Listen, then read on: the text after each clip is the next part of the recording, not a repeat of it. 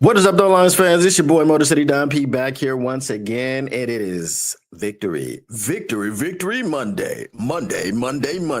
And you know, it's Monday, so we are on LNU. Shout out to everybody involved, the whole LNU fam. You know who you are, and you know what it is. And, you know, we are over there on Motor City Cats on YouTube. If you are not subscribed, go ahead, feel free, smash that like button. Go over there and subscribe and come on back, or just wait. It's up to you.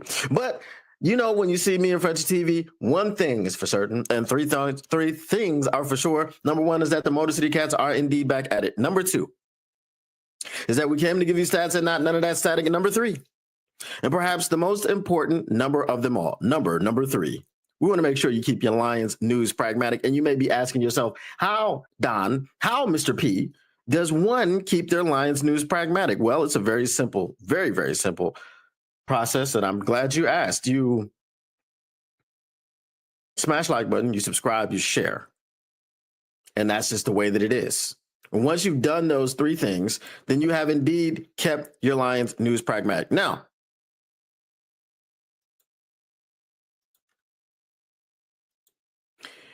sharing is indeed caring. So when you've shared this stream with your uncles, your cousins, your mothers, your fathers, your sisters, your brothers, your uncles, your cousins, your mothers, your fathers, your sisters, your brothers, your aunties, your nephews, your nieces, your nephews, you name it, you have indeed cared about those people. What is up, though, everybody in the chat? I will let you know right now that I am not here, right? I recorded this in the past to play it in the future so that you guys could go ahead and still get down in the chat, maybe chat amongst yourselves and things of this nature. And I'll see it later, and then I'll come in and comment and do all these things. But I'm not here right now. This is not me right here, right now. It is yesterday where I'm at, and today where you at. It's last night where I'm at, and tonight where you at. But I had something to do, so I wasn't able to come through and be live here with you guys. But I wanted to make sure that I did not miss the show. I wanted to make sure that I did not miss a Victory Monday, because what would you do without Motor City Don P on your Victory Mondays? You probably do a lot. You probably got a lot to do. But anyway, let's go ahead and get into it, man. And as I said, I will have the chat available. So if y'all want to communicate with each other in the chat, go ahead, feel free to do that. Because y'all will be live together while this is airing, but I won't be actually here talking to you. So anybody in the chat that's going to be here for the whole time, please let everybody know who's in here, especially like if Kay comes in and she'd be like, oh, Chef just ignoring people. I can't stand him, blah, blah, blah, blah, blah. I'm not actually here, so I can't actually see your comments right now. I will see them later when I play back the stream and see your comments. So anyway, we are here to talk about the Cleveland Browns, the number one overall defense in the NFL. I don't know if they are still after tonight or last night. I gotta speak like it's in the past. After yesterday afternoon. I don't know if they're still the number one defense. They came in to Detroit and Ford Field, and Jim Schwartz all week was telling them, we're going to go in their trap. We're going to take over their trap. We're going to go in their trap. We're going to take over their trap. We're going to go in their trap. We're going to take over their trap. And I'm going to have you guys carry me out on your shoulders like the Buffalo Bills did for me when I came back here and I was the defensive coordinator of the Buffalo Bills. Won't that be great, guys? Because you know what they said? They said that we ain't seen a running game like theirs. They said that. And we're just going to show them MFs who we are, because we're the Cleveland MF and Browns. We put up 100 on them things. Previously, them boys were only allowing 57.3 yards per game. And Jahmyr Gibbs came on the scene with 15 carries and 91 yards and said, hold my drink.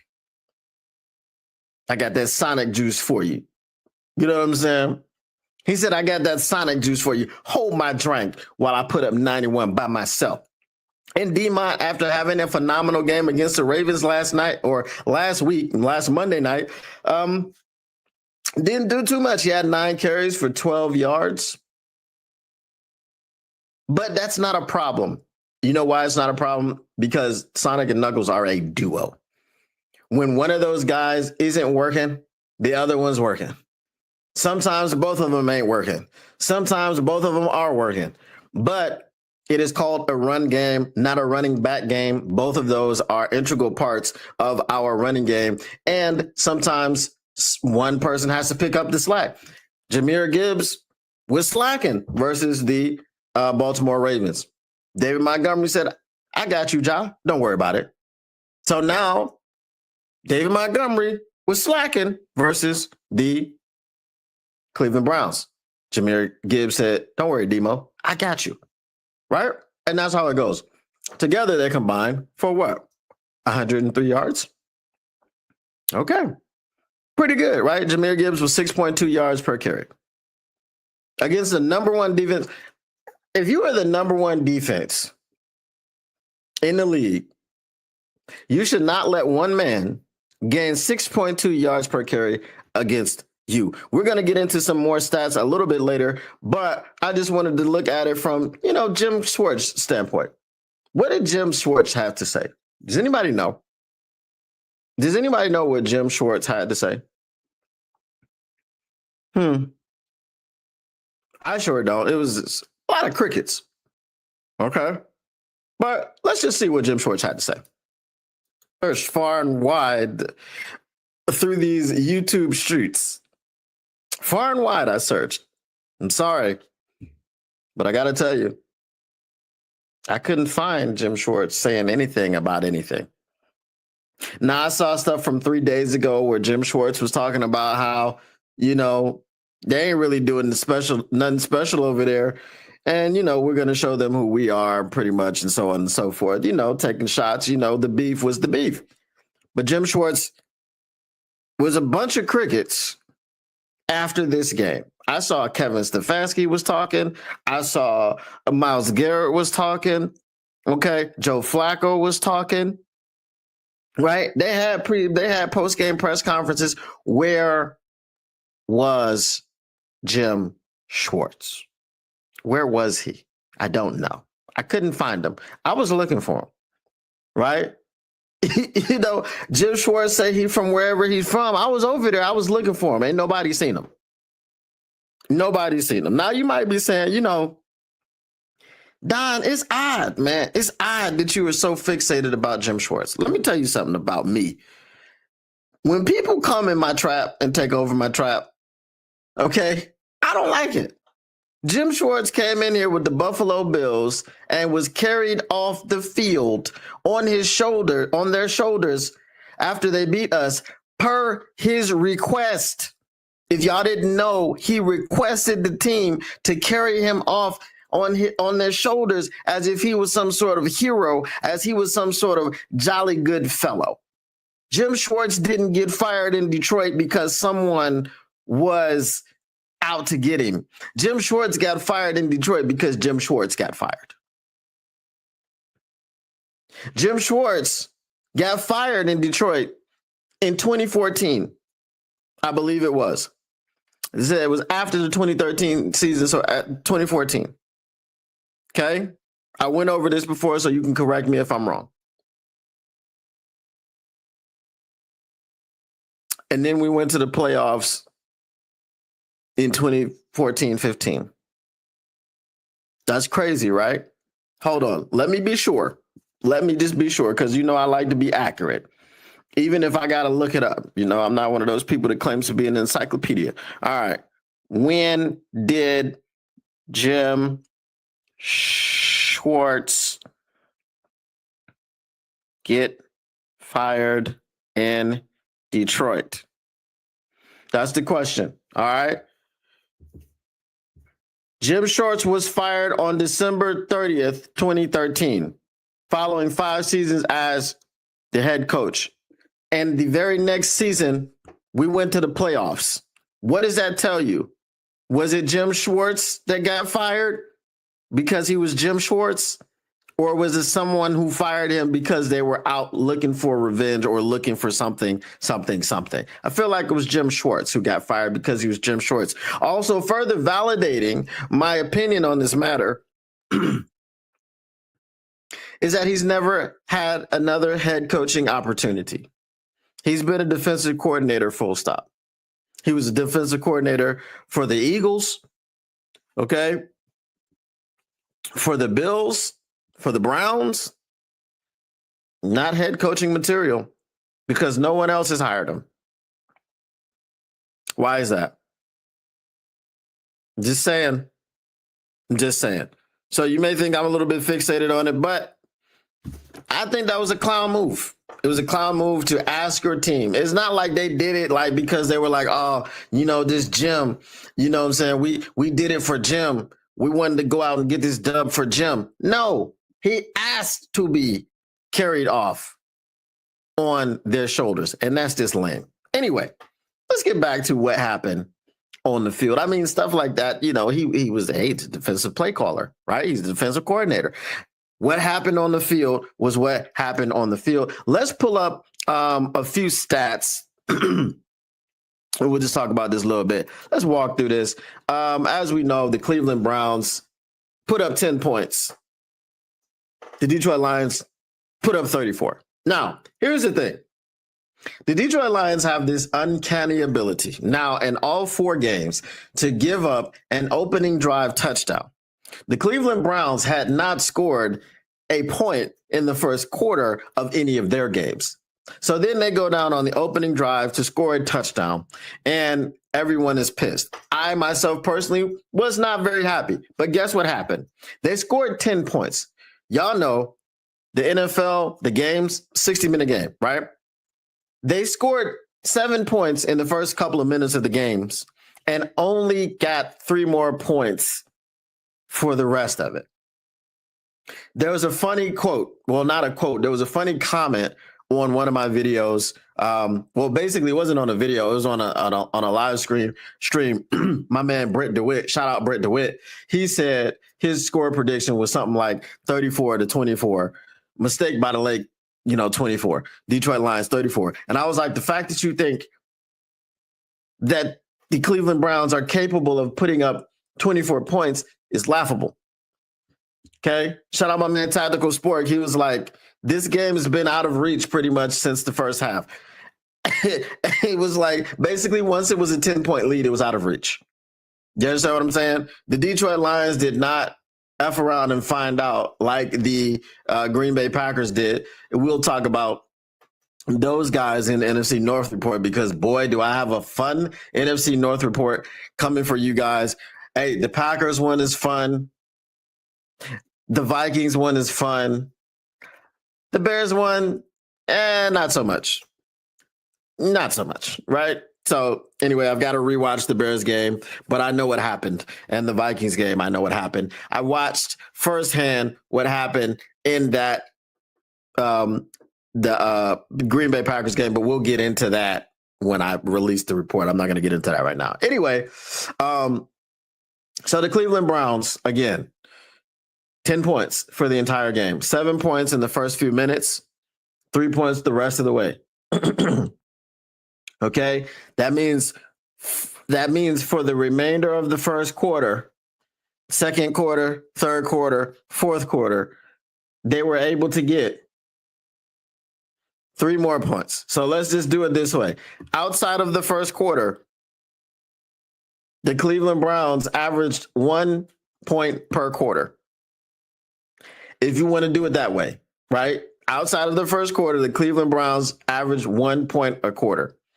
You can't score 1 point by itself in the NFL, right? 1 point comes after something else. 1 point always comes after 6. There are no kicks. There are no plays to get you 1 point. Only 2 points. Okay, 2 points is the lowest denomination of points. So the Detroit Lions defense did very well this game. It doesn't matter what offense they were playing. They did well this game. Now, where are the flaws that we can see?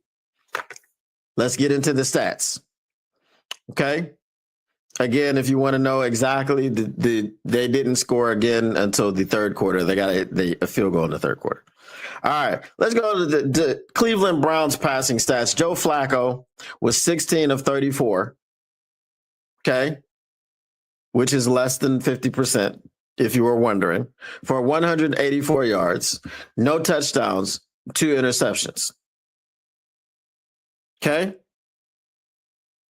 no touchdowns, 2 interceptions. It says 3.14 sacks. I don't know what 0.14 is. Okay, but he was sacked 3 times. Okay, Dillon Gabriel came in, was 0 for 1, no stats.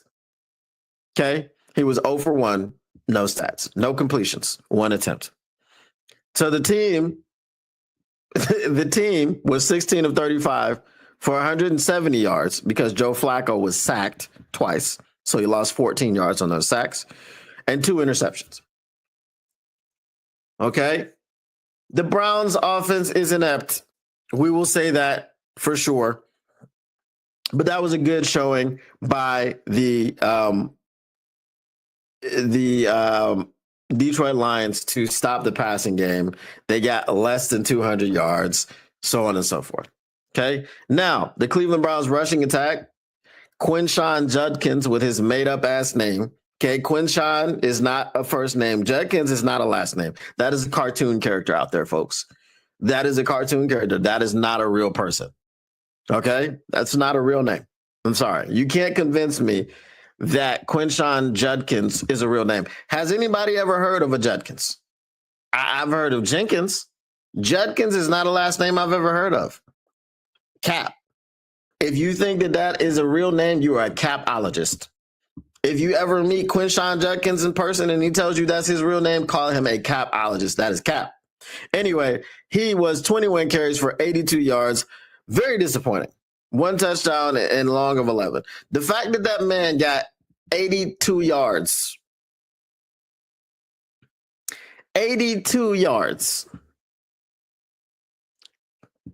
on 21 carries is very disconcerting. Mostly because he has a made-up name. Mostly because he has a made-up name and he went to Oh Hell No State. I don't like the fact that he had that. I don't like the fact he did that. He was 9 yards shy of what Jahmyr Gibbs did. I don't like that. Anyway, Harold Fanning Jr. had 1 carry for 1 yard. Joe Flacco, 3 carries for -1 yards. My guy, Joe Flacco, bless his heart. We call him Geriatric Joe in the hood. My guy, do y'all remember he had a scramble where he slid right at the line of scrimmage? So he tried to scramble to get out of trouble and he slid right at the line of scrimmage, which means he gained no yards. That was one of his carries. Okay? So he had 3 carries for -1 yards. Jerome Ford had 1 carry for -1 yards. Dylan Sampson had 1 carry for -2 yards. Dylan Sampson, I think, was some sort of fullback, something like this. So the team in itself had 27 carries for 79 yards and a touchdown, and the long was 11. Okay, so while the Detroit Lions gave up a little bit more than they usually give up, because 60 yards was the barometer. And Quinshon Judkins broke that by 22 yards. Okay? Their barometer was 57, and we broke it by, 45? Something like that? Okay?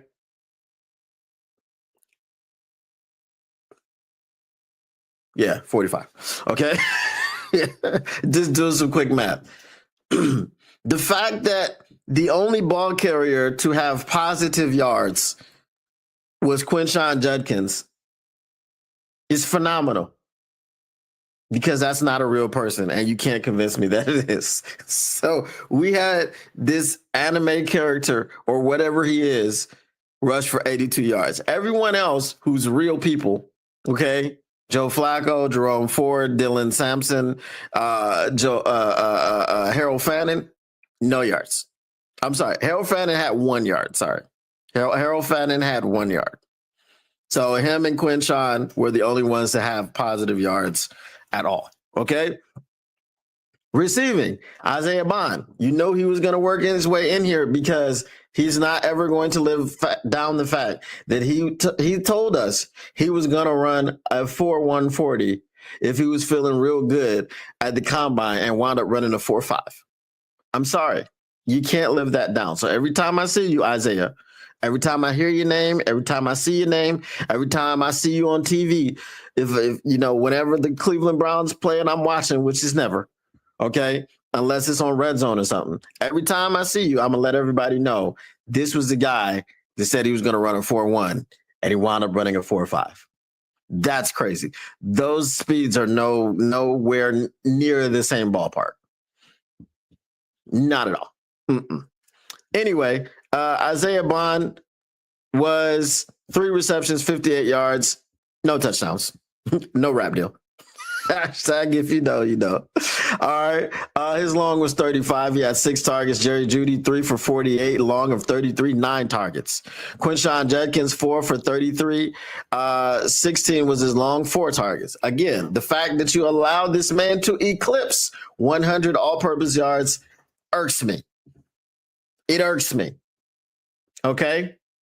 Now, we don't play them again and all that other stuff, but, you know, y'all gotta shut that down 4 years from now. I'm gonna remember that.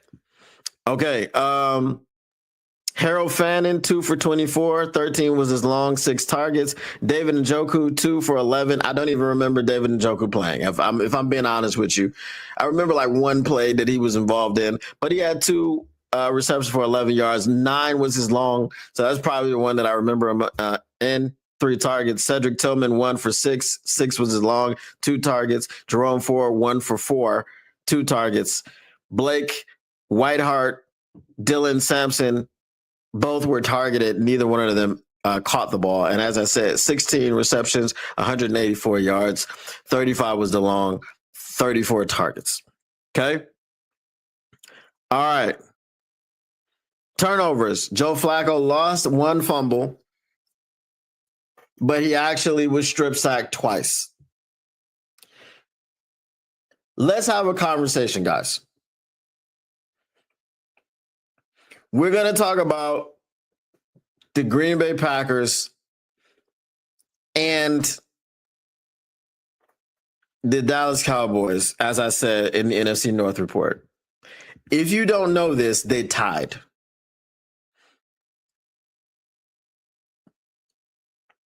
The main reason that they tied had nothing to do with the talent that the Dallas Cowboys did not have on defense. It had nothing to do with the talent that Dallas Cowboys did not have on offense.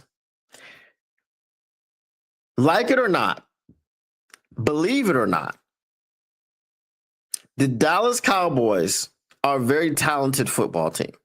It's the NFL. All teams have talent.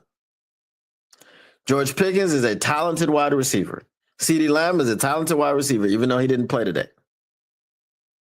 Dak Prescott is a talented quarterback.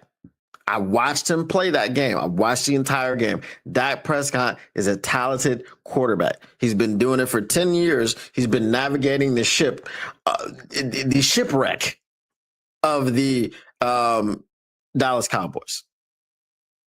Jerry Jones is a competent GM who has put together a competent football team. Dare I even say that Brian Schottenheimer is a competent head coach. The reason that the Dallas Cowboys tied and did not beat the Green Bay Packers is because there was a lack of discipline. There were personal fouls everywhere. There were penalties everywhere. Brian Branch Got to clean those up, my guy. Phenomenal player. Phenomenal player. Got to clean it up. How many turnovers do we have called back this year? I can think of 2 off the top of my head. Brian Branch had an interception overturned because Rock Ya-Sin was called for defensive holding. And then they were going to call Hutch for unnecessary roughness or something during the return, but that wouldn't have overturned the penalty. I mean the interception. So maybe Brian Branch was just like paying Hutch back. It's like, I know that interception didn't count, but that would have been a pick 6, and you would have negated my pick 6 with that dumbass block of Jordan Love. So I'm going to return the favor. So Hutch goes ahead and gets himself a strip sack, and Brian Branch just gets called for defensive holding. Like the penalty, don't like the penalty, think they should have called it, think they shouldn't have called it. That's neither here nor there. Is a penalty that cost us the football. The Detroit Lions are a phenomenal football team, and I'm not afraid of any other football team. When my guys come to play, I don't give a damn who you are. I don't give a damn if you are Lamar Jackson, Derrick Henry. At first I was afraid. I was petrified. I didn't know I could get the dub with Lamar Jackson standing by my side. Okay, y'all know what it is. No longer afraid of them. I don't give a damn if you're Patrick Mahomes. I don't give a damn if you're Jalen Hurts and Saquon Barkley. I don't care, Baker. I don't care who you are. My team can beat your team. Facts. We've done it. We've beat Lamar Jackson. I can say that now confidently. Okay, we've beat Lamar Jackson. We've beat Patrick Mahomes before. Okay, Jalen Hurts, we haven't played. Well, we have played, but that was when we sucked. Okay, this iteration of the Detroit Lions hasn't played Jalen Hurts. And if y'all saw that game, if you saw the game against the Bucs, guess what they didn't do? They had a big lead in the first half. In the second half, they were 0 for 7. They passed the ball, or was it 0 for 8? 0 for 7 or 8. They passed the ball 7 or 8 times and did not complete a pass in the second half. And had to hold on for dear life as the Tampa Bay Buccaneers stormed back. And I think they beat them by what, 7 or 8? Okay? I think they beat him by 8.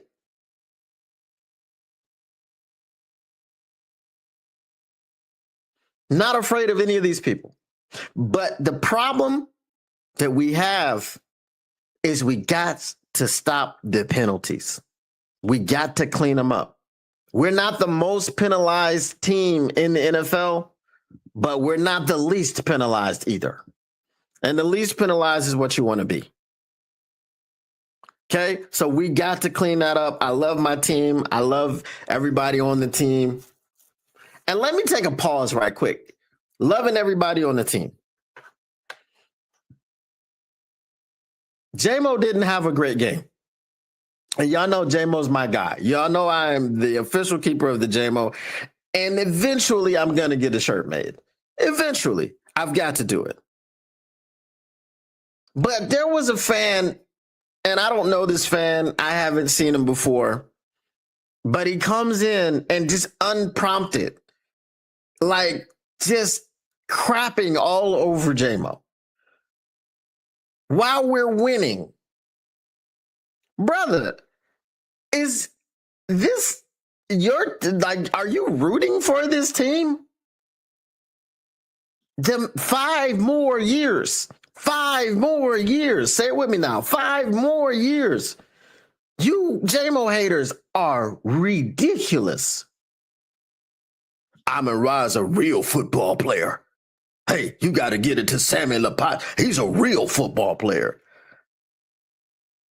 Apparently, the Lions think that Jameson Williams is a real football player too, which is why they were force feeding him, which is why he signed an $83 million contract extension, which is why he's going to be here for 5 more years, which is why Jared Goff said that Jameson Williams is the best teammate he has ever had in organized sports. Please get off the train. Okay? Whatever haterade that you are sipping, get off the train. The dude is a good dude, and he is a phenomenal football player. He did not have a good game. Stop waiting in the wings to pile on. It's retarded. And I don't know if I can say that word. I don't know if YouTube is going to cancel me, but it's freaking asinine. It's a ridiculous thing that you people do. You look so petty and so ignorant because you're sitting up here crapping on this young man, preying on his downfall. How are you a freaking fan of the team and you're preying on this man's downfall? He is a good football player. He's helping your team to win. Take your freaking Oakleys off, bro, when you come to watch football. It's ridiculous. And it's unwarranted. Bro, if you're going to have that type of misery, take your ass away from my stream. If you're going to be that type of miserable person, unsubscribe and don't freaking come to my stream anymore. It was just freaking ridiculous, bro. I have a very clear hatred for Jeffrey Namumbo Ohel Nokuda. Dude was trash. Wasted pick. Wasn't helping my football team win. Was busy getting burnt. Was nicknamed barbecue chicken. There was an alert. Oh, he's in man coverage. Throw over there because we're going to get a touchdown. But a freaking player who's good,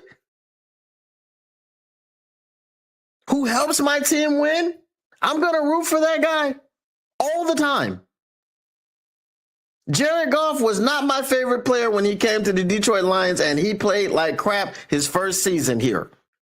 And you could say he didn't have talent or whatever, but you know what he did? He developed, he evolved, he got so much better, and I am perfectly happy and fine with him being my quarterback. If you've got other problems, keep them to yourself. I don't agree with you. I just don't. My guy, Mr. Detroit City, trolls about Jameson Williams, but I understand that he understands the talent. You people in your Oakley wearing hatred, that's something else that y'all got to deal with, and I don't need that kind around me. So if that's who you are and that's what you believe and those are your beliefs, get up out my stream. Because me and JMO, same origin, if you can't tell. Anyway, let me get back to what I was saying. I just had to spaz out a little bit because that's just freaking ridiculous. Anyway,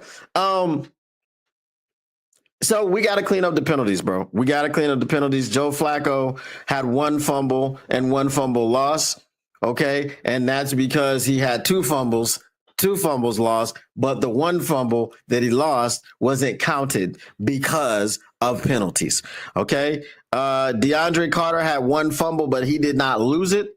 If y'all don't remember, that was the muffed punt. So the team had 2 fumbles and 1 of them was lost. Okay. So again, it was a good showing by the defense. They need to clean up the way that they start games because the way that they start games ain't great. You just need to start faster. I was saying that they use the first drive as the preseason. Like they're just trying to figure everything out. But I'll take it. If you're trying to figure out teams and then you only go up to you go on to give up 10 points, I'm cool with that. But we don't have the luxury of playing the Cleveland Browns every week. We don't have the luxury of doing that. And also, there's some other things that we don't have the luxury of. Cornerbacks. Yeah. Yeah. I think we all saw DJ Reed get carted off. You don't, yeah, and I said it when it happened. I'm like, you don't get carted off the field if it's unless it's Paul Pierce and you got, put in a wheelchair and because you had to go to the bathroom and take a dump and then you came right back out. I don't. Dan Campbell said he doesn't know the severity of it, but he's not confident that he'll be playing next week or anything. Even TA, he said he's not confident that he's going to play next week, but obviously he's going to miss less time. Jack Campbell believes that he was the one that caused the injury. Remember, Jack Campbell was the one that broke Amik Robertson's arm last year. Jack Campbell, you got to, because he said it's the same thing. He said he was trying to come in and get an extra hit on the running back. Sometimes, Jack, when your teammates got him, you got to leave him because now we don't know what happened with TA, but if that was you, we know you were the one that broke Amik's arm. So we got to figure, we got to come on, we got to come under a little bit more control when we are doing that. But yeah, so the injury bug has now descended upon the secondary. Kirby Joseph went out, but we know that Kirby Joseph has been dealing with some sort of knee injury. I don't know if it's tenderness or whatever of the knee since training camp. So he was missing practices and things of this nature. But, shout out to Kirby getting his second interception of the year. We're game number 4. We're 3-1. Kirby's got 2 interceptions. Again, he's continuing his leading lead of having interceptions, the most interceptions since he came into the league. Since he came into the league, nobody has more interceptions than Kirby Joseph. Shout out to Brad Holmes for finding him in the 3rd round. Yes, I did just give Melvin, Bradley, Matthias, Jerome, Cornelius Holmes a compliment. I've done this all the time. I've only talked about the pass rush. Okay. Speaking of the pass rush, let's talk about that today. Let's go to, because since we're right here, we will go, since we're talking about the Detroit Lions defense, right? Tackles. Jack Campbell, 11. Derek Barnes, 7. Alex Anzalone, 6. Terrion Arnold, 6. Brian Branch, 5. Aiden Hutchinson, 4. DJ Reed, 4. DJ Reader, 3. Roy Lopez, 3. Kirby Joseph, 3. Grant Stewart, 2. Pat O'Connor, 2. Rock Yassin, 2. Khalil Dorsey, 1. Amik Robertson, 1. Craig Reynolds, 1. Sam Laporta, 1. Tyler Lacey, 1. Tyrus Wheat. This says Tyrus Wheat has 1. Okay, Tyrus Wheat is number 99, y'all, because I don't remember seeing this man on the field. And it said, okay, see, I told you they're lying, bro. I told you they are lying about this man, Tyrus Wheat. Okay, bet, check it. Now, what I didn't read to you guys was solo and assisted. Okay, now check this out. If they're not lying, I'm sorry. It just says solo. How many of them were solo? Okay. Jack Campbell, 11 tackles, 7 solo. Tyrus Wheat, 1 tackle, 0 solo. I got to go back and watch the tape. If I see 99 touching anybody with somebody else, pause. Because I'm just saying, this man got 1, he's credited for 1 tackle, but it ain't solo. And assisted, you never know what happens. Assisted, he might just, the dude might be falling down. He might just run over to the pile and just push him. And then they give him an assist. So Tyrus Wheat is down here for 1 tackle. Tyrus Wheat, again, has as many tackles as Sam Laporta. Sam Laporta's tackle was a solo. Sam Laporta is a tight end, people. Okay? Maybe I'm being unfair to Tyrus Wheat. Maybe. But Sam Laporta had a solo tackle and Tyrus Wheat didn't. I'm just saying. Okay, Trevor Nowatzki had one.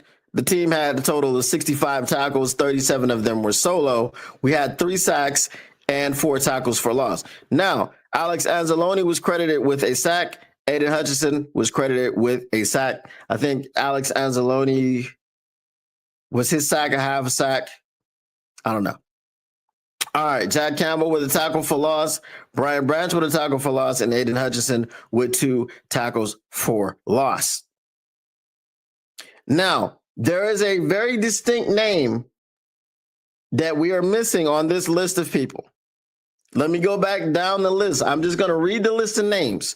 Jack Campbell, Derek Barnes, Alex Anzalone, Terrion Arnold, Brian Branch, Aiden Hutchinson, DJ Reed, DJ Reader, Roy Lopez, Kirby Joseph, Grant Stewart, Pat O'Connor, Rakia Singh, Khalil Dorsey, Mick Robertson, Craig Reynolds, Sam Laporta, Tyrus Lacey, Tyrus Wheat, Trevor Nowatzki. Where's AQM? Okay. Now we pressured Joe Flacco. We sacked him a few times. We had 3 sacks. Okay. It wasn't the 7 that we had from Lamar Jackson. Again, is the problem solved? No. Is it something I'm going to keep an eye on? Yes. The only person listed in this, in the sack column that was from the defensive line was Aiden Hutchinson. The other person listed was Alex Anzalone, who's a linebacker. Now, are sacks everything? No. Do pressures affect the other team? Yes. Do pressures affect the quarterback? Yes. We saw some pressures affect some of Jared Goff's passes to J-Mo, right? There were certain situations where, man, if we could have kept Myles Garrett at bay for half a second more, Jared Goff could have stepped into some of the throws and put them on J-Mo better. That's fine, right? And the ones that he dropped. Cool. Jared Goff even said the one that he dropped when he had the switch shoulders was on him, was on Jared Goff. Jared Goff said, I missed him multiple times because he said, let's rewind that. He said, I missed him multiple times because he wanted to be sure that people knew he wasn't crapping on J-Mo and say, oh, he just had a bad game. He said, no, let's rewind that. I missed him multiple times. And that one that he dropped when he had the switch shoulders, that was on me. Okay, but it was on him because of pressure. So now what we're talking about, are the Detroit Lions pressuring quarterbacks and making them make poor decisions and things of that nature? Yes. 100% yes. Did El Quadin Muhammad not affect the game because he didn't have a tackle? That's not the case. Right? Was he pushing the pocket? Was he funneling things over to Hutch? Yep, he was. Now, did he win a one-on-one and get to Joe Flacco? No. He didn't do that. Okay? And for those of you that don't understand the argument, that's the argument. The argument is who can consistently win one-on-ones and get to the quarterback opposite Hutch. Shout out James Houston, because James Houston is assuming a similar type of role in Dallas as he assumed with Detroit. He doesn't play a ton of snaps, but when he plays snaps, he gets good value out of those snaps. He had a strip sack last night on Sunday Night Football. All right. So, and I'm not saying that I'm just saying, shout out James Houston. I root for James Houston, right? I root for him. All right. So that was the defense in a nutshell. Okay. So we had 65 total tackles. The Cleveland Browns had 63 total tackles. 37 of ours were solo. 31 of theirs were solo. They had 0 sacks. Okay. This is the 3rd game in a row where Jared Goff was not sacked. Okay. For context. Okay. The Cleveland Browns sacked Jordan Love 5 times last week. They did not get to Jared Goff once. They did get to him once, but it was negated by a penalty that they committed. So they have 0 sacks this game. The defense or the offensive line has been doing a phenomenal job, both in the run game and the pass game, which is why we put up 127 points or something like that, 124 points in the last 3 games. Okay, that offensive line is coming together and it's coming together nicely. I really didn't like the false start on Christian Mahogany. I really didn't like that. I mean, he just pointed at a guy that jumped. They do this all the time. I've never seen a point be called as a false start. Never. But there's a first time for everything. Just like that Jake Bates field goal was the first time I've ever seen a field goal do that. That I don't know what that was. Okay. That was somebody put a homing beacon in the ball and it was set to the goalpost because that thing went straight, then it went outside, then it curved back and went inside. I was like, hey man, I don't know what's going on. Anyway, so yes, the offensive line has been doing a phenomenal job in the run game, opening up the holes. Even we played 2 tough defenses, right? The Ravens are having their problems. They lost to the Kansas City Chiefs yesterday afternoon, so I don't know what's happening with them. Also, Lamar Jackson seems to be out for a couple of weeks with a hamstring strain. He went out in the 3rd quarter. They lost 20-37. There's something about it's one of those matchups. And I think the Chiefs, we can't really glean too much from it. Everyone thinks that the Chiefs are back, but you have to see what they do next week. I'm, looking ahead to the Chiefs game. I mean, obviously we have the Bengals next, but looking ahead to the Chiefs game, I'm not so sure that they're back. So I'll be looking to see what they do next week.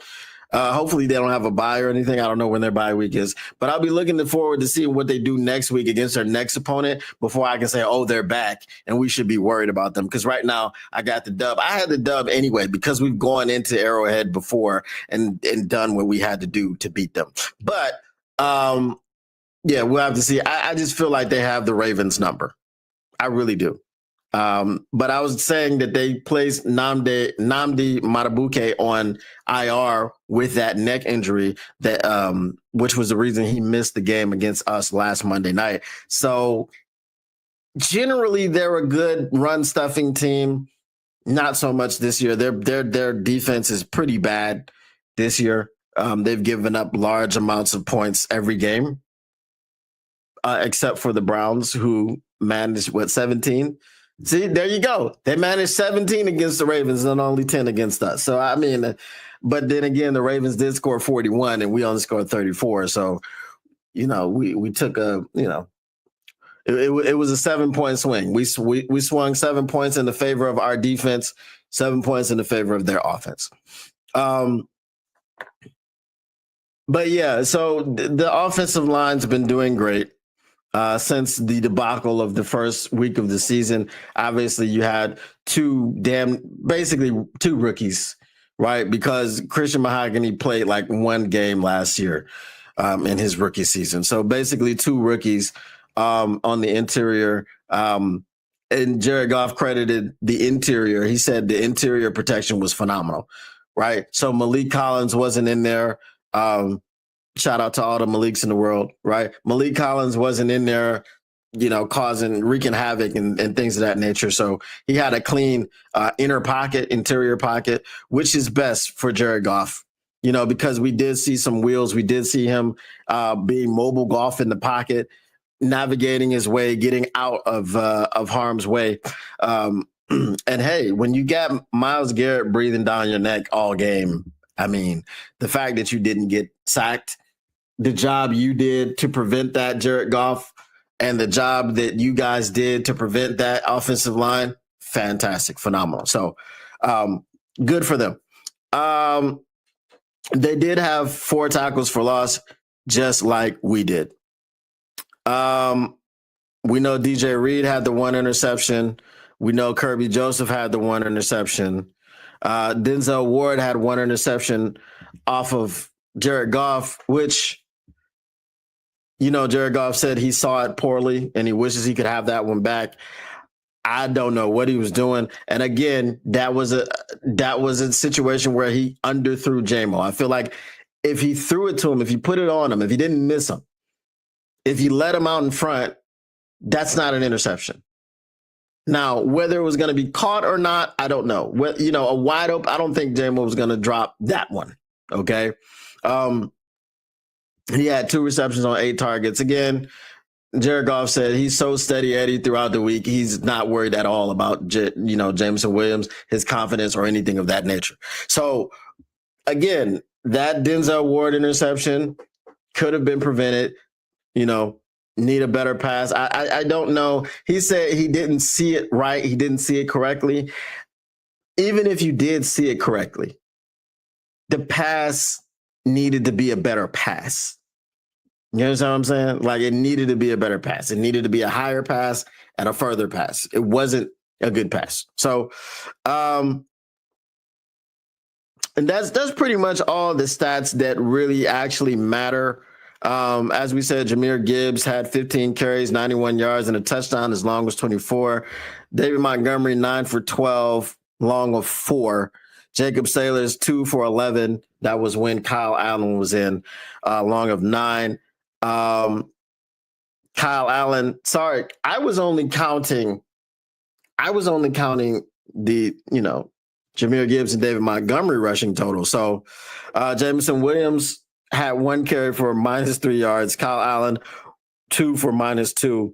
I think those were just kneel downs. So 29 carries for 109 yards and a touchdown. The long was 24. So they gave up 109, and it could have been 115 or 114. But we did, well, without the losses, it would have been 114. I don't know what it would have been had those actually been gains of, you know what I'm saying? But look, the Detroit Lions did what they had to do. They took care of business. There were no letdown games. There are no trap games in Detroit. If you didn't see the post-game press conference, Dan Campbell was asked about that. And he said, yeah, Bill Parcells, when he was playing for him, when he thought it was going to be a trap game, you'd go into the facility and he'd have 1 million mouse traps hanging from the ceiling, the walls, everything, to remind the players that this was a possible trap game. So for Dan Campbell, he said, we don't have to do that here because we've been fortunate enough to have these guys as guys that are in-house guys, and they got them when they were basically puppies, in the NFL, right? So they've been able to shape them, they've been able to mold them. Culture, basically, is what he was talking about. So the culture of the Detroit Lions does not allow for trap games. And this is why you didn't see them celebrating the Ravens win too much and thinking too much about that. No, we stomped the Ravens, or we did dominate the Ravens in the trenches, right? But we dominated them from some aspects. So now we're just going to cakewalk the Cleveland Browns. It wasn't a cakewalk. The game was a lot closer, I would say, than the score dictates. If we were playing a team with a real offense and the defense of the Cleveland Browns, that might have been a 1-possession game. It would have been very nip-tuck. It would have been very touch and go. So we're just fortunate that we were playing an offense so awful. But at the end of the day, you play the opponents who are in front of you, and the Detroit Lions don't seem to be very susceptible to the emotional letdowns and things of this nature and not being able to get up for your opponent. But if I do look back at last year and I talk about the whatchamacallit, the Bills game. Okay. I feel like we weren't emotionally there, but I feel like the game was more important to the Bills, and they wanted to show everyone that we weren't the big bad wolf, and they had extra motivation, and we just didn't match it, right? And we did have a bunch of injuries, but I just feel like we didn't match their motivation, and we did not match their energy. So that's pretty much it, man, for this game. Good win, good team win. Now it's on to Cincinnati. Cincinnati is another team that could be overlooked because Joe Burrow is not there. I'll be interested to see, as of the taping of this, I don't know what the actual injuries are in the timetable. Maybe by the time you see this, you will know more than I currently do. But it'll be interesting to see what's going to happen with Jamar Chase and T. Higgins, and we're playing with backup. I mean, Amik's not a backup. Amik proved himself against Justin Jefferson. I think, let's see. If you put a man-on-man against Jamar Chase, let's see what happens there. I don't know if TA is coming back. He walked off pretty gingerly. I don't know. But, TA definitely needs to work on his confidence, man, because something's going on.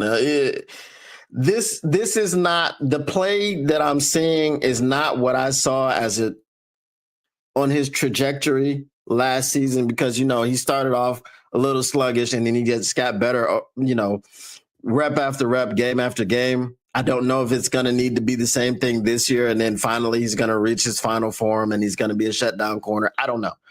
But he needs to, get out of his own head. He was locking down J-Mo. He was locking down Amon-Ra. He's locking down all these people that he's playing against in training camp. And now he gets out there and he's not looking great. I'm one of the biggest proponents of Terrion Arnold when people make these Jeffrey Namumbo, oh hell no, Kuda references. No, bro, that's not what I'm seeing. And people, it's low-hanging fruit. We've got a corner who's struggling. The first thing people want to say is Jeffrey Namumbo. Bruh, not even close. Not even close. I'm telling y'all, I never said about Jeffrey Namumbo, oh hell no, Kuda, hey, that's good coverage. Hey, he's got good technique. Hey, he's in the right spot. He just needs to get his head turned around. I never said these things about him. Ever. Ever, not a single time, a single play. I never said any of these things. But as I am a big proponent of Terrion Arnold, just need a little bit of time to develop. He does need to get out of his head. He does need to get his confidence back. And maybe sitting for a few weeks will allow him to do so. I don't know. But for right now, it's going to be Amik Robertson probably starting at corner, and Rock Ya-Sin, I guess, because Rock Ya-Sin is a converted corner. Like, he's playing safety, but he plied his trade as a corner in this league. So that is going to be what that is probably. So we'll see what happens with that. Yeah, this is around the time that we would usually do mailbag. But I did just want to say this about Jake Browning coming in. They looked so terrible against the Minnesota Vikings. They looked like they didn't even want to play. They were just there to hand over the ball to the Vikings whenever they asked them for it. They'd throw them an interception. They'd fumble. They'd just drop the ball on the ground. Like, here, guys, we don't want it. Take it. We'll see what they look like tomorrow night, because they are Monday Night Football. There's 2 games. It's the Dolphins and the Jets and the Bengals and I don't know who. But the thing that I wanted to tell everybody about, this is the thing that I was noticing. The NFL is the NFL. And there are people out here who are complaining about the way that the Detroit Lions beat the Cleveland Browns, even though we beat them by 24 points. Even though the Cleveland Browns only scored in 2 quarters, the first one and the third one, a 7 and a 3. Even though this is all that happened, there are people that are complaining about the way that we beat them and all these other things. I point out the negative things that we need to fix. We need to fix the turnover, not turnovers. We need to fix the penalties. We need to clean that up. right? We need to do a lot of stuff to improve and make our team even better than we already are. This has been a dominant stretch. We dominated the Bears. We physically bullied the bullies in Baltimore. We dominated the Browns. Even though it was an ugly domination, it was still a domination, right? When you can only put up 10 points, you've been dominated. You have. Because there's 60 minutes and you're only putting up 10 points. You've been dominated. If you're on the losing end, right? If you're on the winning end, if it's 10-3, that's different. Okay? But all these teams in the NFL are teams in the NFL for a reason. We saw the 0-3 chart with the 0-3 New York Giants go out there and start a rookie and beat the 3-0 Chargers. We saw the terrible Saints giving the undefeated Bills all that they could handle. And we saw the Tennessee Titans suck ass. Okay? We saw the Tennessee Titans suck. Okay? Every defeated team, every offer team is not created equal. And those Tennessee Titans, boy, are they terrible. But again, as I said, the Bengals looked terrible too last week, and we'll see what they look like coming up tonight here on Monday Night Football. But that is going to be it for me, guys. I appreciate those of you who stuck around, even though I'm not here. Shout out to you, and I will be in here with the chat replay looking at your I'll be looking at your chats, your messages. So if you guys have a question for me, let me know. Put it here in the chat, and I will try to check it out and answer it tomorrow when I will be here live and in the flesh. All right. So again, if you are here on LNU and you have not subscribed over there on Motor City Cats, please go right now. Motor City Cats. It's YouTube. That's all you type in. Motor City Cats.